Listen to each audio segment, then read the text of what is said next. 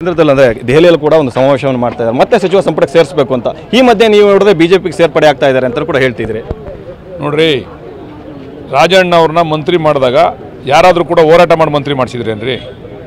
ಯಾರು ಹೋರಾಟ ಮಾಡಿ ಮಂತ್ರಿ ಮಾಡಿಸ್ಲಿಲ್ಲ. ರಾಜಣ್ಣ ಅವ್ರಿಗೆ ಸೀನಿಯಾರಿಟಿ ಇತ್ತು ಅಂತೇಳಿ ಸರ್ಕಾರ, ನಾಯಕರುಗಳು ಮತ್ತು ಹೈಕಮಾಂಡು ಒಲವಿಟ್ಟು ಅವ್ರನ್ನ ಮಾಡಿದ್ರು. ಅವ್ರನ್ನ ಮಂತ್ರಿ ಮಾಡಿದ್ಮೇಲೆ ಅವರು ಪಕ್ಷಕ್ಕೆ ಪೂರಕವಾಗಿ ನಡ್ಕೋಬೇಕಾ ಅಥವಾ ಪಕ್ಷಕ್ಕೆ ವಿರೋಧವಾಗಿ ನಡ್ಕೋಬೇಕಾ? ಅವರು ಪಕ್ಷಕ್ಕೆ ವಿರುದ್ಧವಾಗಿ ಹೇಳಿಕೆಗಳನ್ನು ಕೊಟ್ಟು ಪಕ್ಷವನ್ನು ಡ್ಯಾಮೇಜ್ ಮಾಡ್ತಕ್ಕಂಥದ್ದನ್ನು ನಾವು ಪ್ರತಿನಿತ್ಯ ನಿಮ್ಮ ಮಾಧ್ಯಮಗಳ ಮುಖಾಂತರ ನೋಡ್ತಾ ಇದ್ದೋ. ಅದನ್ನು ಬೇಸತ್ತು ಹೈಕಮಾಂಡ್ ಈ ತೀರ್ಮಾನ ತೆಗೆದುಕೊಂಡು ರಾಜಣ್ಣ ಅವ್ರು ಬ್ರೈನ್ ಮ್ಯಾಪಿಂಗ್ ಮಾಡಬೇಕು ಅಂತ ಕೂಡ ಆಗ್ರಹಿಸ್ತಿದ್ದೀರಿ. ಯಾರಿಗಾದರೂ ಕೂಡ ಮನಸ್ಸಿನಲ್ಲಿರ್ತಕ್ಕಂಥದ್ದು ನನಗೇ ಆಗಲಪ್ಪ, ನನ್ನ ಮನಸ್ಸಲ್ಲಿ ತಿಳ್ಕೊಬೇಕಾದ್ರೆ ಏನು ಮಾಡ್ಬೇಕು? ನಾನು ಸುಳ್ಳು ಹೇಳ್ತಾ ಇದ್ರೆ ಸತ್ಯ ಬಾಯಿ ಬಿಡಿಸ್ಬೇಕು ಅಂದ್ರೆ ನನಗೂ ಬ್ರೈನ್ ಮ್ಯಾಪಿಂಗ್ ಮಾಡ್ಬೇಕಲ್ವ ನೀವು?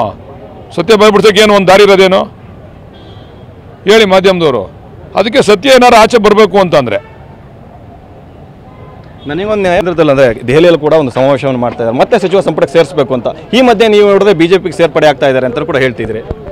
ನೋಡ್ರಿ, ರಾಜಣ್ಣ ಅವ್ರನ್ನ ಮಂತ್ರಿ ಮಾಡಿದಾಗ ಯಾರಾದರೂ ಕೂಡ ಹೋರಾಟ ಮಾಡಿ ಮಂತ್ರಿ ಮಾಡಿಸಿದ್ರೇನ್ರಿ? ಯಾರು ಹೋರಾಟ ಮಾಡಿ ಮಂತ್ರಿ ಮಾಡಿಸ್ಲಿಲ್ಲ.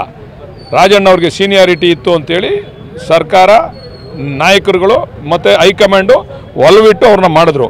ಅವ್ರನ್ನ ಮಂತ್ರಿ ಮಾಡಿದ್ಮೇಲೆ ಅವರು ಪಕ್ಷಕ್ಕೆ ಪೂರಕವಾಗಿ ನಡ್ಕೋಬೇಕಾ ಅಥವಾ ಪಕ್ಷಕ್ಕೆ ವಿರೋಧವಾಗಿ ನಡ್ಕೋಬೇಕಾ? ಅವರು ಪಕ್ಷಕ್ಕೆ ವಿರುದ್ಧವಾಗಿ ಹೇಳಿಕೆಗಳನ್ನು ಕೊಟ್ಟು ಪಕ್ಷವನ್ನು ಡ್ಯಾಮೇಜ್ ಮಾಡ್ತಕ್ಕಂಥದ್ದನ್ನು ನಾವು ಪ್ರತಿನಿತ್ಯ ನಿಮ್ಮ ಮಾಧ್ಯಮಗಳ ಮುಖಾಂತರ ನೋಡ್ತಾ ಇದ್ದೋ. ಅದನ್ನು ಬೇಸತ್ತು ಹೈಕಮಾಂಡ್ ಈ ತೀರ್ಮಾನ ತೆಗೆದುಕೊಂಡು. ರಾಜಣ್ಣ ಅವ್ರು ಬ್ರೈನ್ ಮ್ಯಾಪಿಂಗ್ ಮಾಡಬೇಕು ಅಂತ ಕೂಡ ಆಗ್ರಹಿಸ್ತಿದ್ದೀರಿ. ಯಾರಿಗಾದರೂ ಕೂಡ ಮನಸ್ಸಿನಲ್ಲಿರ್ತಕ್ಕಂಥದ್ದು ನನಗೇ ಆಗಲಪ್ಪ, ನನ್ನ ಮನಸ್ಸಲ್ಲಿ ತಿಳ್ಕೊಬೇಕಾದ್ರೆ ಏನು ಮಾಡ್ಬೇಕು? ನಾನು ಸುಳ್ಳು ಹೇಳ್ತಾ ಇದ್ರೆ ಸತ್ಯ ಬಾಯಿ ಬಿಡಿಸ್ಬೇಕು ಅಂದ್ರೆ ನನಗೂ ಬ್ರೈನ್ ಮ್ಯಾಪಿಂಗ್ ಮಾಡ್ಬೇಕಲ್ವ ನೀವು?